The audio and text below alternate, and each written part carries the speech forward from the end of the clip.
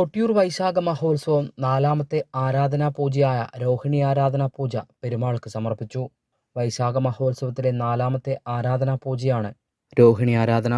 ആലിംഗന പുഷ്പാഞ്ജലി ഇല്ലാതെയാണ് ഇക്കുറി രോഹിണി ആരാധനാ പൂജ ഭഗവാന് സമർപ്പിച്ചത്. രോഹിണി ആരാധനയോടനുബന്ധിച്ച് ഉച്ചയ്ക്ക് പൊന്നിൻ ശീവേലി, ആരാധനാ സദ്യ എന്നിവ നടന്നു.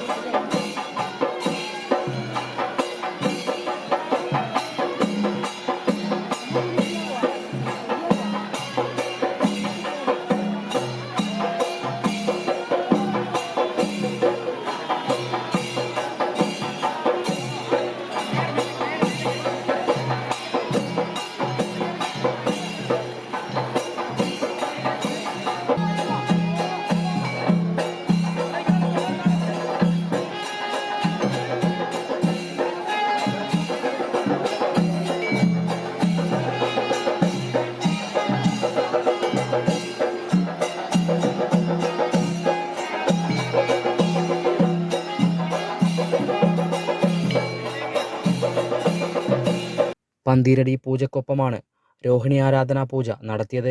വേക്കളത്തെ കരോത്തുനായർ തറവാട്ടിൽ നിന്നും എഴുന്നള്ളിച്ച് സമർപ്പിക്കുന്ന പഞ്ചഗവ്യം ആരാധനാ പൂജക്കൊപ്പം സ്വയംഭൂ വിഗ്രഹത്തിൽ അഭിഷേകം ചെയ്തു. എല്ലാ ആരാധനാ നാളുകളിലും പാലാമൃത് എന്നറിയപ്പെടുന്ന പഞ്ചഗവ്യം അഭിഷേകം നടത്തും. വ്യാഴാഴ്ചയും രോഹിണി ആരാധന തൊഴാൻ വലിയ ഭക്തജന തിരക്കാണ് അക്കരെ കൊട്ടിയൂരിൽ അനുഭവപ്പെട്ടത്. ഉച്ചയോടെ ഭക്തജനങ്ങളെ കൊണ്ട് തിരുവഞ്ചിറ നിറഞ്ഞു.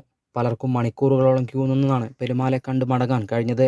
ഹൈവിഷൻ ന്യൂസ്, കേളകം.